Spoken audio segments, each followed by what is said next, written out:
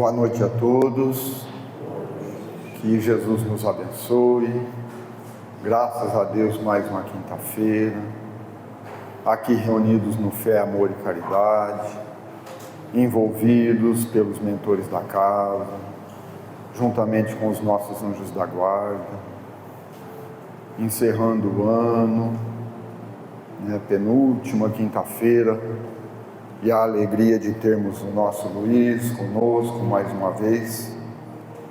Vamos ler a mensagem da noite.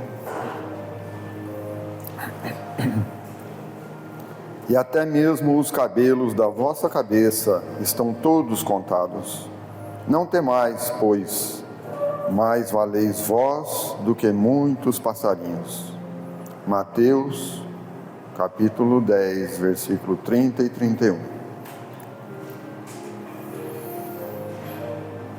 Asserenemos os nossos pensamentos, sentindo o abraço amigo dos trabalhadores do mundo maior,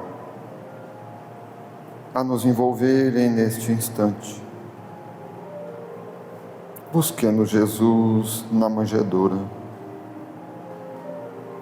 Se fez pequenino, a estrela maior,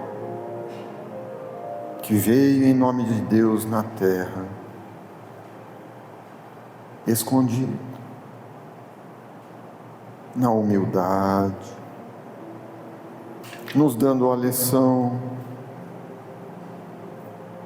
da aceitação, da humildade e da fé no Pai. Aqui estamos, Jesus amigo, mais uma vez, abrigados no Fé, Amor e Caridade, e te pedimos o amparo a todos nós, a luz, a inspiração ao nosso irmão Luiz, e o auxílio fraterno a todos nós que aqui estamos, encarnados e desencarnados, a fim de fortalecermos a nossa fé, com a bússola do Teu Evangelho à luz da doutrina espírita, para lá fora vencermos as nossas fraquezas e melhorarmos-nos a cada dia. Que assim seja, Senhor. Graças a Deus.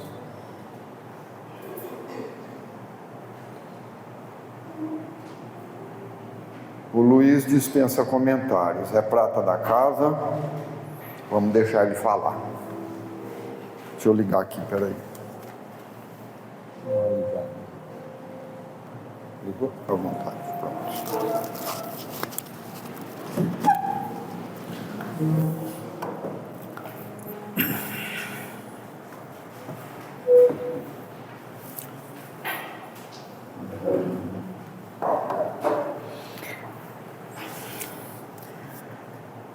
Não precisa dizer que no clima das afetividades cristãs mais intensas, conforme vai chegando o momento de lembrarmos com mais efetividade o nascimento de Jesus, vamos ficando mais ternos, meigos, um pouco mais emocionados, nos tocamos mais com as almas que nos rodeiam, apreciando o lar como oportunidade de elevação e sabendo que a qualquer momento não teremos mais o contato com eles. Em que pese qualquer idade que tenhamos, vemos muitos companheiros voltarem, alguns aparentemente jovens, que perdem o contato com a família. E depois, nas atividades mediúnicas, só de falar da família já começam a chorar. E nós estamos a todo momento nela e não damos muito valor. Às vezes ficando até um pouco entristecido com a rabugice de alguém, com a implicância de outros, sem saber que somos também igualzinhos como os outros. Mas essa presença familiar faz um bem enorme. Então, no Natal, vamos agradecer a família que temos, qualquer que seja o personagem que esteja ao nosso dedor. Amigo, ou adversário, simpático ou não, pouco importa, está na grei. E se Deus nos colocou na grei familiar, porque tem motivos de sobra para estarmos ali juntinhos. E é tão evidente isso, que no lar temos algumas discrepâncias, que fica agora já uma informação. Emmanuel diz: se você tem uma inimizade muito grande e muito forte de antipatia ou perturbação quando a pessoa chega, marque. Ele vai ser um dos seus familiares na próxima encarnação. Porque Jesus coloca exatamente aqueles com os quais nós temos problemas para vivermos uns 50, 60 anos, 70, a fim de que nos harmonizemos. Já choramos juntos, já nos alegramos juntos, já lutamos por alguém juntos, brigamos sim, mas já estamos próximos. E depois dessa encarnação, mais próximos. Mais próximos. Portanto, com a chegada do Senhor, vamos nos lembrar disso. Com 33 anos, ele disse: mãe, eis aqui o seu filho, filho, eis aqui a sua mãe. Já abdicando da mãe, entregando-a para os cuidados de João, que ficou até o fim da vida de Maria, cuidando dela. 33 anos. Mulher, eis aí seu filho, filho, eis aí a sua mãe. Então, nós vamos hoje fazer uma colocação de um livro muito bom, mas eu tive um encontro de confraternização da instituição. Eu estava em casa, ligaram: olha, vem logo, que eu saí um pouco fora, esqueci os livros, mas eu vou deixar os livros com o Antônio, e a semana que vem vocês façam o sorteio. São poucos porque nós havíamos comprado bastante para divulgar o livro de Dona Benedita Fernandes, Os Desafios da Educação nos Tempos de Regeneração. Nós compramos 4 caixas para fazer a divulgação do livro. E cada palestra eu ia fazendo a divulgação e vendendo. Mas depois de 10 palestras acabaram os livros. Mas deixei alguns aqui para Estrela do Oeste. Muito bem, hoje nós poderíamos dizer: mas você vai falar da projeção espiritual de uma sala de evangelização? Dona Benedita diz que quando você se inclina a alguém para falar de Jesus, é uma sala de evangelização. Você vai fazer a evangelização com o seu exemplo. É ela quem diz, não é só na sala de evangelização. Você pode fazer a sala de evangelização quando você encontra alguém que está carente, infeliz, perturbado, e você abre os caminhos para essa pessoa encontrar um pouco de paz, de alegria, de encantamento, é uma sala de evangelização. E o que acontece nesse momento em que você está evangelizando alguém, desde que evangelize-se também?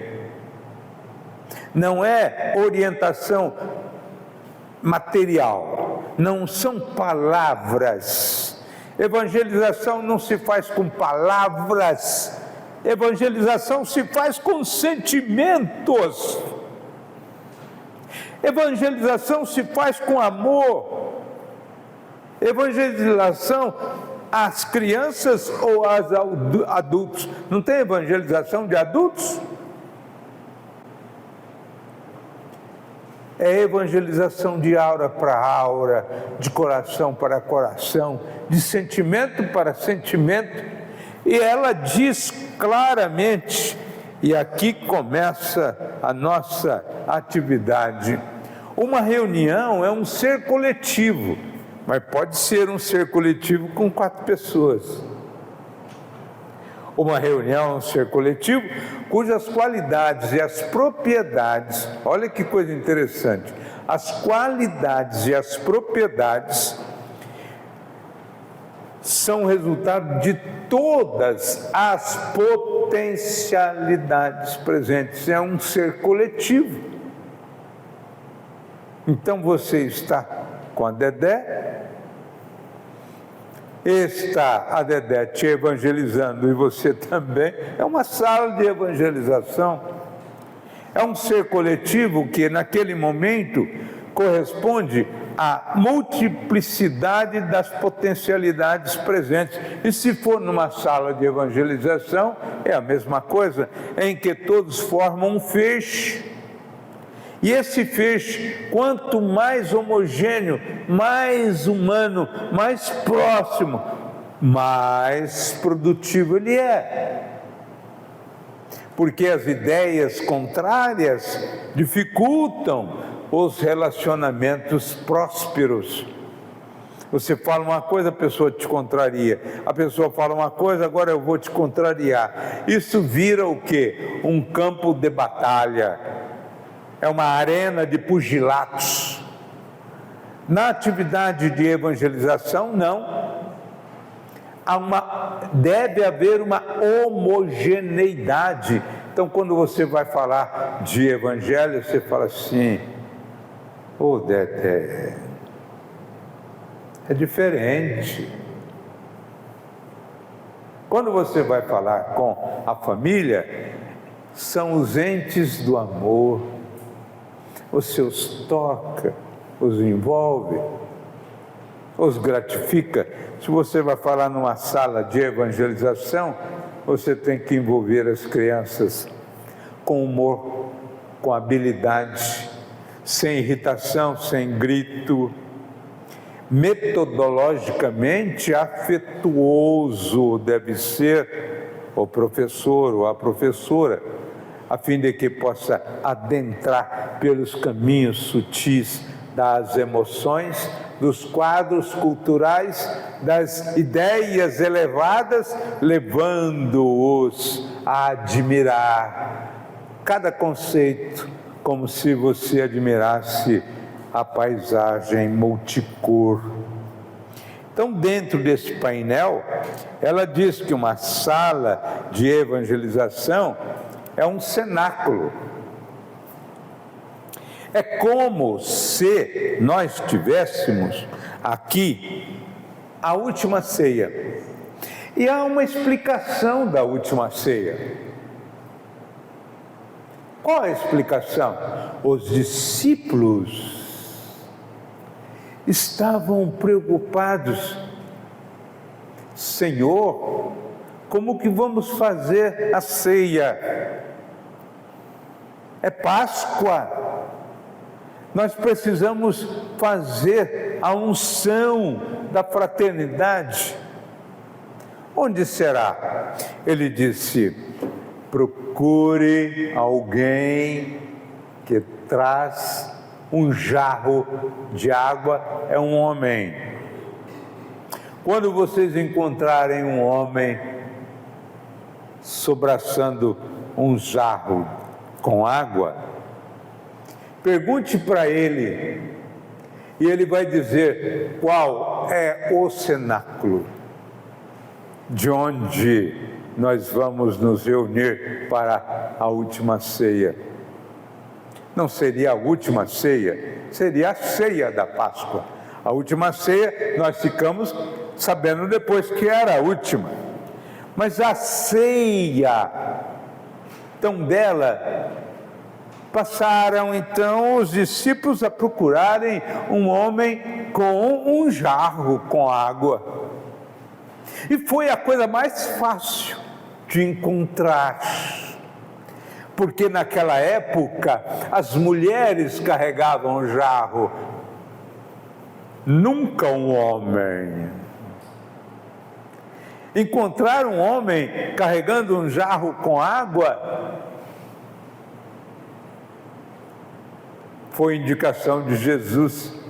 E ao descobrirem, ao interpelar o homem, estupefatos ficaram que aquele homem era amigo pessoal de Jesus. E Jesus sabia que ele tinha um cenáculo que ele tinha reformado e que era um prolongamento da casa dele. Jesus sabia. É lá que nós vamos fazer a ceia de Páscoa. E Maria estava em Jerusalém. E Maria ajudou os discípulos num momento de alegria e emoção a produzirem a ceia da Páscoa. Aí vem nossa Benedita Fernandes. Sala de evangelização, ou na sala em que vocês estão estudando o Evangelho, tá? É como se fosse um cenáculo sagrado. É como se estivesse revestido de um ambiente sutil de carinho, coberto de arminho, pleno de amor. Não há lugar de qualquer sentimento que não seja de fraternidade, de solidariedade e de amor. Não se faz evangelização com carantonha. Não se faz evangelização com ironias. Não se faz evangelização com determinação psicológica. Não. É como água que se medra na frincha da rocha. A terminologia tem que ser envolvente, tocante. No método de educar, nós vamos encontrar os professores que estão sempre chamados para serem paraninfos, para serem madrinha de missa, para ser o amigo, porque são sempre os mesmos. Por que são escolhidos sempre os mesmos professores? Não o ranzinza, não o inóspito, não o que grita, não o neurastênico, aquele que toca, que envolve, que sabe, que consegue fazer o lucilar da esperança nos olhos daquelas crianças, como se ele desvendasse a natureza multicor do conhecimento, e elas ficam embevecidas, atentas, tocadas. Assim deve ser o evangelizador. Você vai evangelizar o seu avô, que está um pouco agressivo, é com amor. Vovô, papai, ô titia. Assim você vai começar uma prédica evangélica. Agora, se for para fazer pito, aí você põe a mão na cintura e roda a baiana. Mas se você for falar de evangelho, tem que ser na metodologia do amor. Jesus falava assim, encantava as pessoas. Então, dentro desse painel, vamos encontrar o laboratório de almas. Quando você envolve na sala para falar do Evangelho, ali se transforma um laboratório de almas. E o laboratório, ele tem que estar vinculado a um processo de sentimentos higienizados. Os sentimentos limpos. Não pode estar eivado de ciúme, de inveja, de agressividade, de irritação, de perturbação, de vingança. Tem que ser sentimentos sublimes, superiores, porque você vai falar do Evangelho, que é luz cristã para toda a humanidade, foi o que Jesus trouxe, a boa nova. Então, nós vamos encontrar um investimento fantástico, onde se analisa, se compara, se investiga todos os painéis do conhecimento de Jesus para aplicar ao comportamento. Mas para você adentrar na mente da pessoa, tem que ser com suavidade, tentando convencê-la para que mude. Mas a mudança que vai ser feita é a mudança do conceito que você tem da pessoa. Muita gente quer que o Antônio se modifique. Ó, Antônio, você tem que se modificar. Não. O que tem que modificar é a visão que eu tenho do Antônio. Quando eu tenho uma visão positiva, superior, eu modifico o meu semblante, eu modifico a minha estrutura, e ele passa a ver em mim uma pessoa completamente diferente. Passa a ser, mas o que aconteceu com esse cara?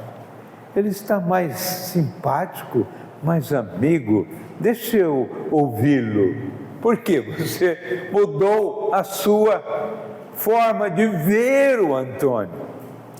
Isto é higienização de sentimentos.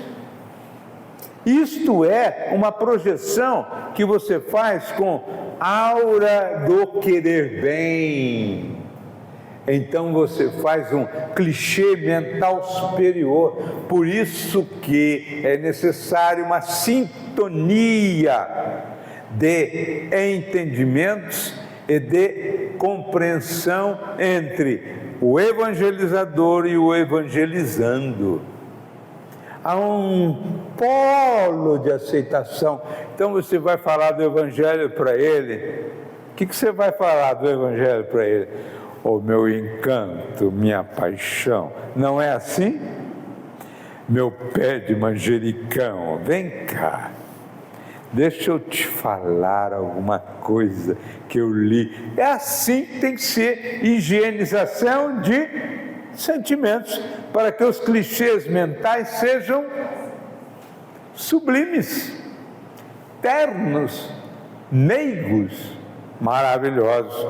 E aí, nossa Benedita fala que a sala de evangelização, ela é preparada antes do que você vai espelhar. Então, se você vai fazer uma evangelização de alguém, você ore antes, potencialize para que os amigos espirituais venham envolver você numa asepsia, numa ionização, para que você possa realmente entrar na sintonia dessas pessoas. Eu fazia minha parte. Eu ministrei aulas porque eu tinha que pagar a faculdade de 2 meninas fazendo medicina, e eu me aposentei na polícia e fui ministrar aula. Eu gostava de sair da sala de aula, não com algum colega, nem com alguma colega. Eu gostava de sair sozinho da sala de aula.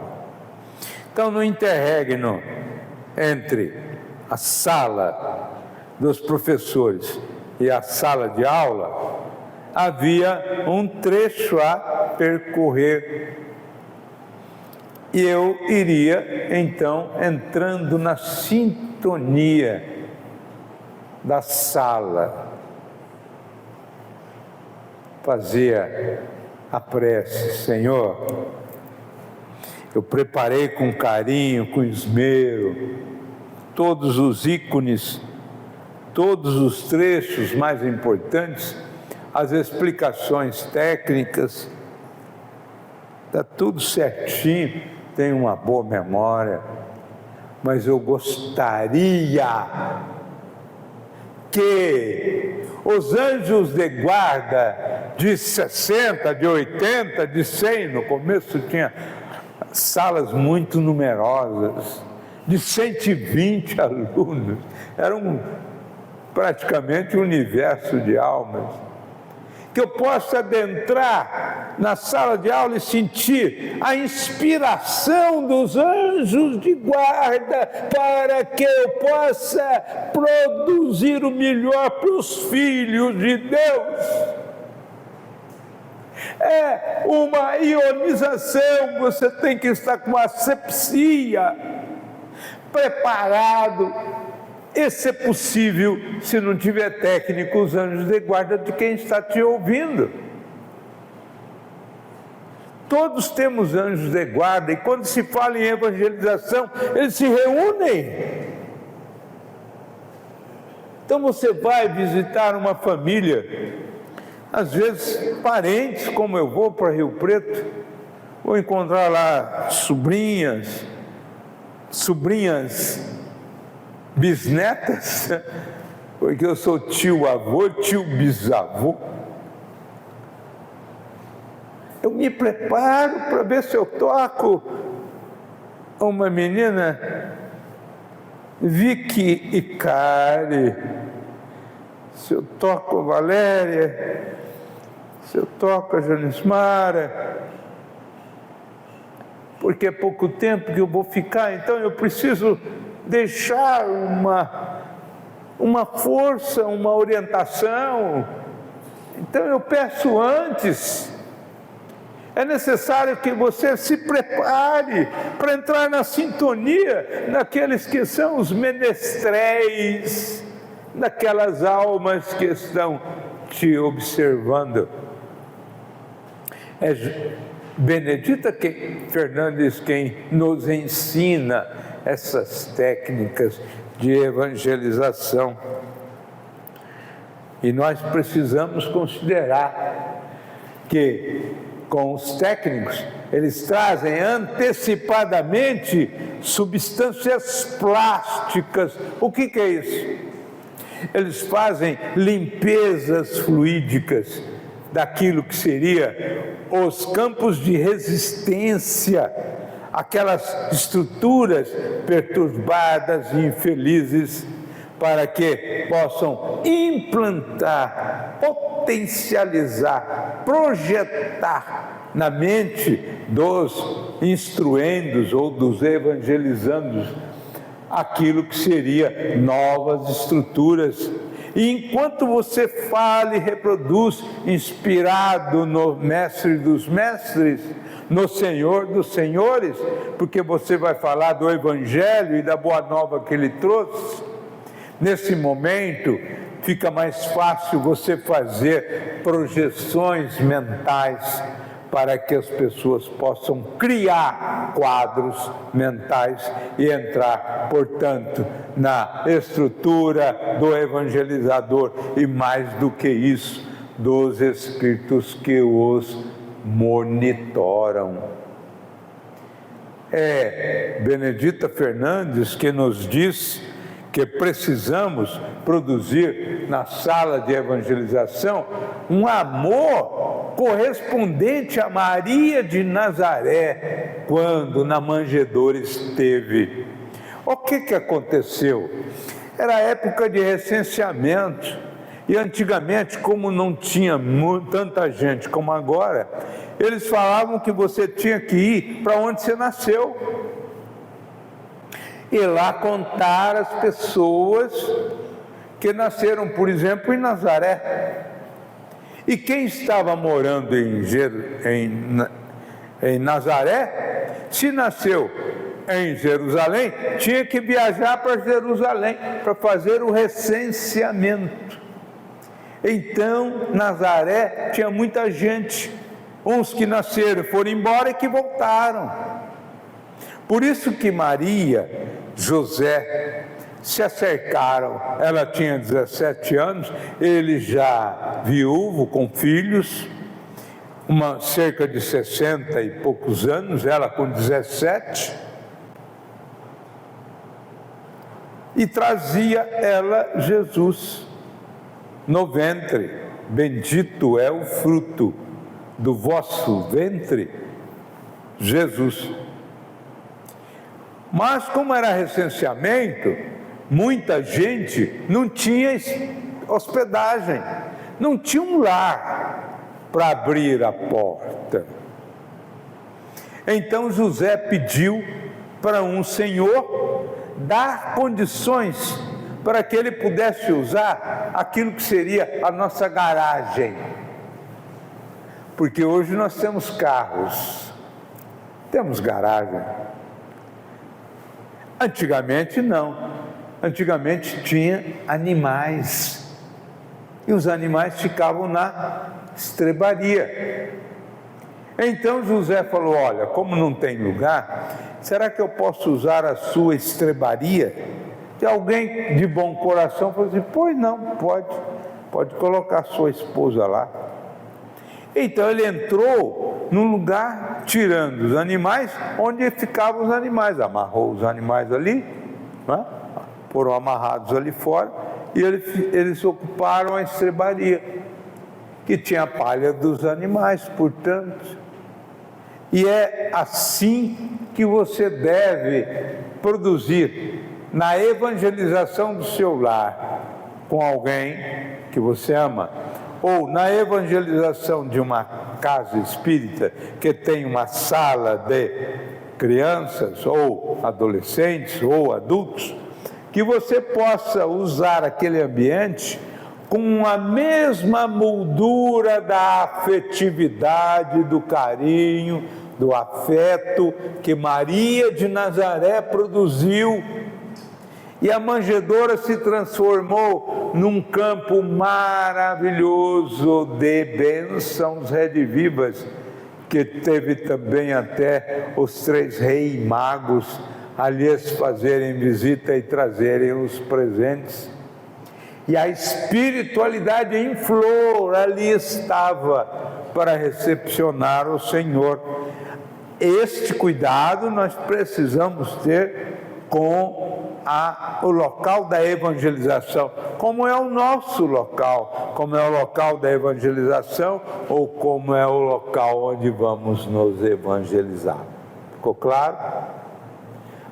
Um cuidado com a sala como se fosse uma manjedoura, o carinho, as bênçãos redivivas da maternidade em flor, para que você possa passar para aqueles que estão recebendo as instruções, as mais belas manifestações.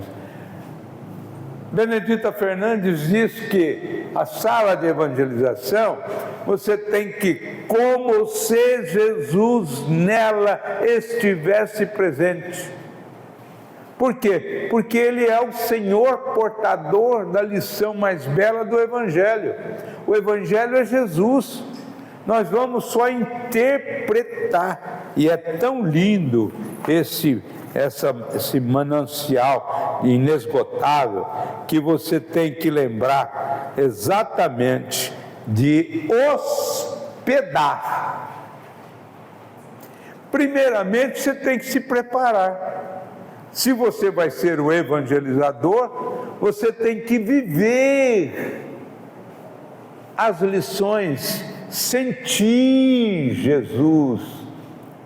E como Jesus fazia a menção às pessoas, fazia com ternura. Como foi o encontro de Maria de Nazaré?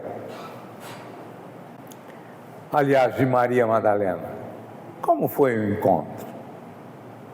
Ela saiu de uma noite perturbada, havia dado um sestércio para um senhor há um tempo atrás, para se curar, porque ele estava com lepra e ele era andarilho, e ele pediu que por misericórdia desse um sestércio, que é uma moeda de ouro, porque ele queria encontrar Jesus para receber a cura. E ela diz: o Senhor traz a cura no corpo, eu trago a cura, a lepra na alma. Se o Senhor for curado, o Senhor me procura, porque eu quero conhecer a cura da alma. E ele cumpriu. Ele foi curado, soube que Jesus estava ali perto em Cafarnaum. Ela estava em Magdala, um braço só do mar de Genezaré, trajeto pequeno, estaria na praia de Cafarnaum e estaria na casa de Jesus. E ele consegue acordá-la do sono letárgico da noite anterior, o frenesi da sensualidade.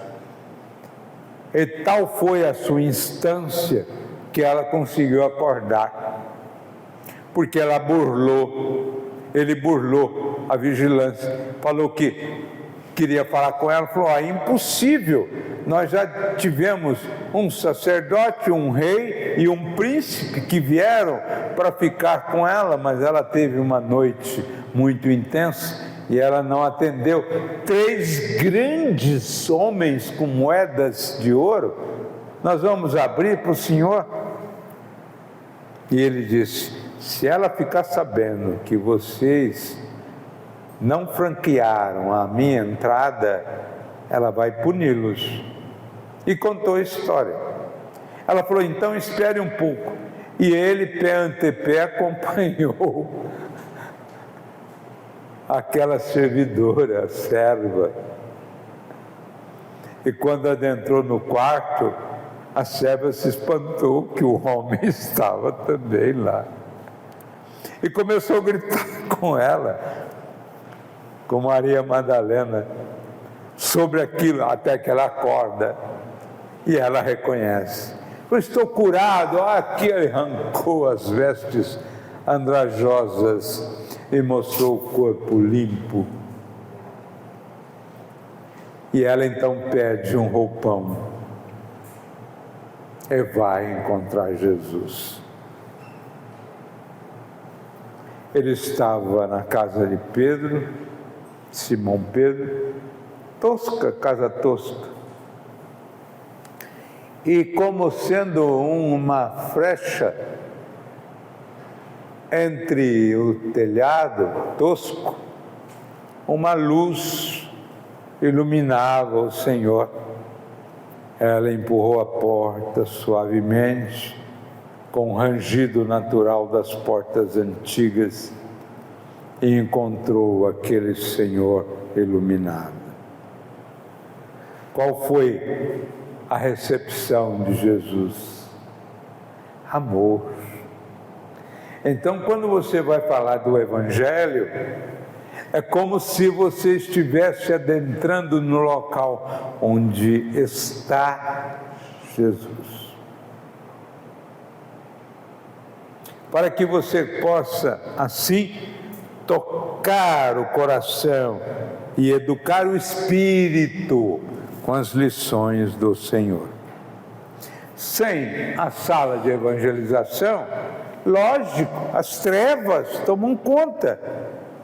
Por quê? Porque naquele momento das crianças ou dos adultos, você abre clareiras de luz. É como se as trevas saíssem do Evangelho que adentra com a luz da salvação, porque o Evangelho é luz do amor. Então nós encontramos as trevas sendo dissipadas e a ignorância deixando de gerar aquilo que está gerando atualmente, violência. Por isso que a evangelização, quando se fala em Jesus, as almas se surpreendem.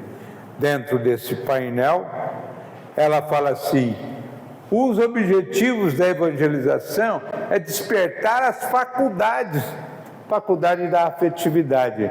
Essa é uma das cenas mais belas que eu admiro. Por quê? Porque ela traz exatamente a meiguice, a espontaneidade, a simplicidade, a afetuosidade. Criança, um bate no outro, dali a pouco o outro que apanhou busca para brincar. Nós não. Se ofender alguém fecha a porta em minha cara e talvez fique há 20, 30 anos sem falar comigo. Por quê?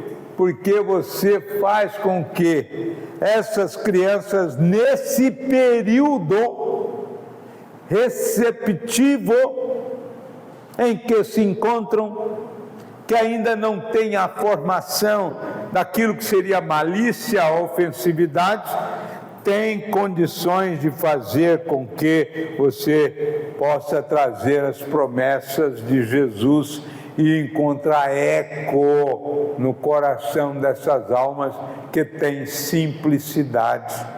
Por isso que Jesus disse: vinde a minhas criancinhas e não as empeçais. Por quê? Porque elas representam a simplicidade, a meiguice, a ponderação das virtudes. Então, ao consciente, as virtudes sublimes, para que você possa fazer com que novos avatares sejam construídos, novos caminhos sejam edificados nessas crianças até chegar exatamente na adolescência. Então nós temos a informação e estamos para receber em fevereiro, e espero que vocês divulguem e muitos companheiros possam estar presentes, no encontro que vem uma evangelizadora da mais alta estirpe para falar sobre evangelização durante a gestação e evangelização de bebê, porque na gestação, quando você toca as palavras de Jesus e faz os cânticos, quando a criança nasce, ao ouvir os cânticos, as lágrimas caem. Ela se relembra, ela tem aquela impressão na acústica da sua alma, das palavras que interpenetram na psique mais profunda. Por isso que você tem até os 7 anos a condição de educar. A condição de educar o espírito. Até aos 7 você completa. Até aos 12 você confirma. Depois dos 12 você reza.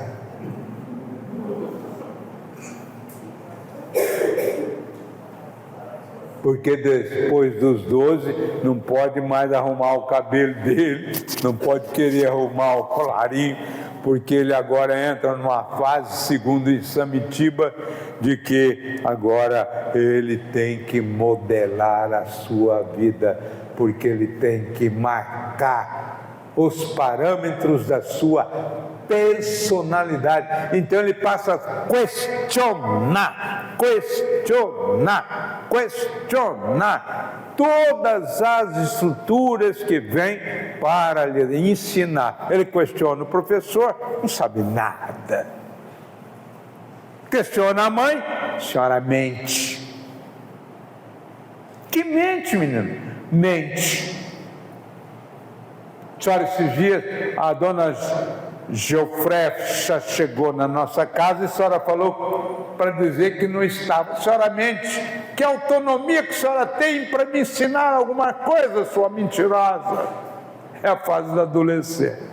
Na fase da adolescência tem que ser ouvidos de mercador e amor profundo, e tem que ter conduta retilínea, porque eles estão numa fase de contestação. Só que quando eles chegam aos 18, 19, 20, 21, eles amadurecem. Por isso que eles falam assim: fiquei surpreso com a minha mãe, impressionante. Ela era uma bolha, uma pessoa fora. Agora ela se tornou uma santa, uma bela mestra. Não, ele que amadureceu, porque ele saiu da fase do questionamento. Então, você tem que despertar, quando criança, as potencialidades iluminativas cristãs, para quando ele chegar na personalidade, já ter a base de vários condicionamentos e novos fatores educacionais que ele ainda não tinha conhecido. E agora, quando vem a personalidade dele, ele tem supedâneo, ele tem apoio, ele tem matrizes novas para fazer um novo processo de modificação comportamental. Dona Benedita diz, e aí nós vamos encontrar um painel interessante, né, dos campos de produção, que estão aqui, ó, essa área, tronco encefálico. Então, a evangelização com amor produz impulsos eletromagnéticos que acionam neurotransmissor. Aonde? Locus ceruleus, núcleos de Raff. Então, nesses dois locais se produzem neurotransmissor. Quando você coloca impulsos de amor, de amizade, de elevação, os conflitos diminuem e aumentam as produções de neurotransmissor. Não somente aqui, nos dois, verde e vermelho, não somente aqui, mas também nos intestinos e na corrente sanguínea. Então, você vai trazer as enzimas do bem-estar, do amor, do afeto, do carinho, do abraço, da espontaneidade, da afetividade. Tá claro? E nessa produção das enzimas do bem-estar, segundo Dona Benedita Fernandes, nós vamos ter a oportunidade de maior produção de serotonina, noradrenalina, dopamina, endorfinas, acetilcolina e tantos outros em profusão. Então as crianças não têm, e os adolescentes também, com a evangelização do amor, esses painéis de conflitos, de automaceração, de se cortar os pulsos, de querer se matar, de síndromes de consciência, de pânico, de depressão com 16 anos, 15 anos, criança com depressão. Nós vamos encontrar exatamente a produção dos enzimas do amor.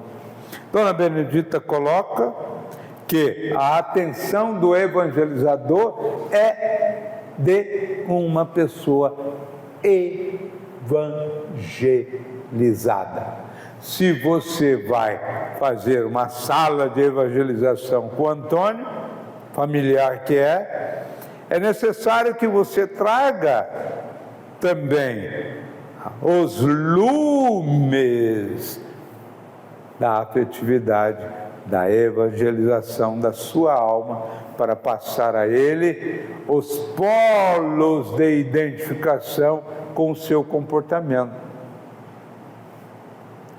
Por isso que se exige do evangelizador a postura de uma pessoa que vai dar atenção àquele como espírito imortal.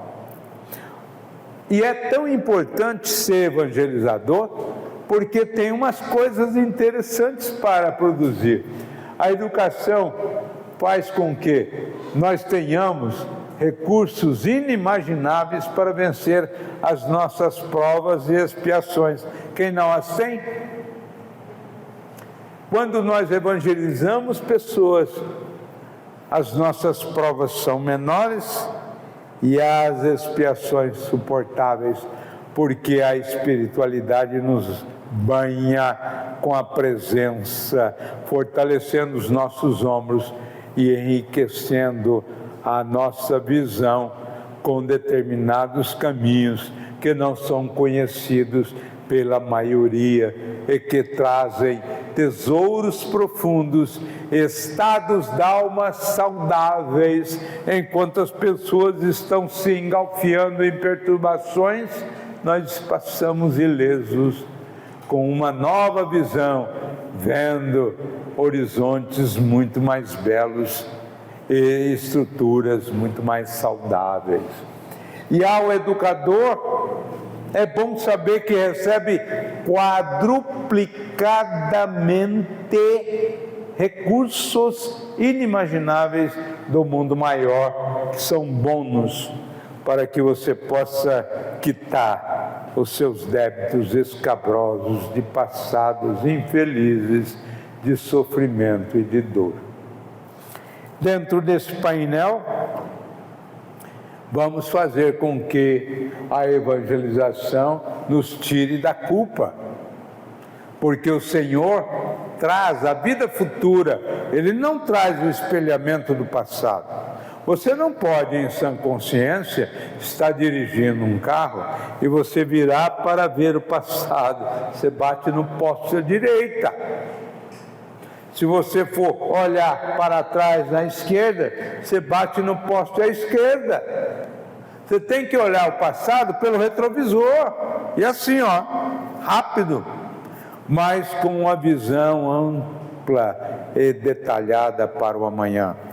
E Joana de Ângeles diz: culpa? Você tem que ficar alguns segundos na culpa, segundos.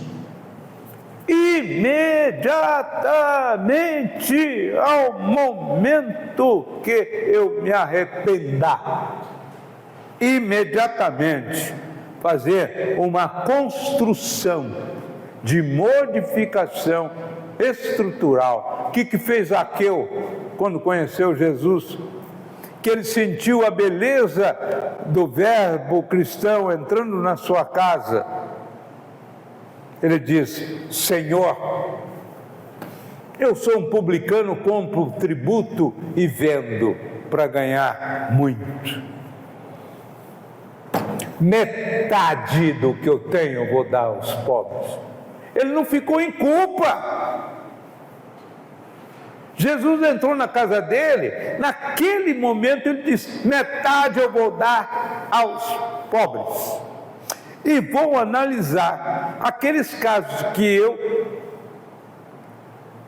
vilipendiei o bem alheio, que eu extorqui, eu vou devolver 4 vezes o prejuízo. Mas eu quero encontrar a paz. Ele não ficou em culpa, gente. Começou a servir Jesus. E logo Judas se matou, Jesus foi preso. Como ele frequentava lá, falaram para ele: ó, você não quer assumir a caixa porque você é rico? Você controla finanças? Você não quer assumir a nossa caixa? E ele falou: assumo, só que eu vou mudar o meu nome. Eu sou Zaqueu, o publicano, vou colocar o nome de Matias. E ele assumiu a caixa dos cristãos e começou a chamar os publicanos para o colégio apostólico. Aumentou os din-din, criou a casa dos benefícios e desencarnou muito mal. Não, desencarnou otimamente bem, porque conheceu a luz. Depois veio em Ave Cristo e foi quinto varro, e depois quinto céus, para redimir um filho Tassiano que ele tinha, que era terrível. Depois ele veio como irmão Parmênio, e depois, agora, ele é o nosso anjo que está conosco a todo momento. Ele tem os olhos cor de esmeralda. Ele é pobre, foi pobre na terra e abriu em profusão a casa dos benefícios de sua alma amorosa. É Bezerra de Menezes, Adolfo Bezerra de Menezes Cavalcante. Ficou na culpa, foi martirizado como quinto varro, foi martirizado como quinto céus, foi martirizado como irmão Parmênio, para depois vir ser o anjo que nos acolhe. Que Jesus, então, nos liberte a consciência de culpa e que possamos sair, como lá no Evangelho está, e o semeador saiu a semear. E como somos pequeninos, o evangelizador saiu a evangelizar. Desejo a todos cátedras maravilhosas e prédicas fantásticas, evangelizando-se para evangelizar. Muita paz. Que Jesus nos abençoe.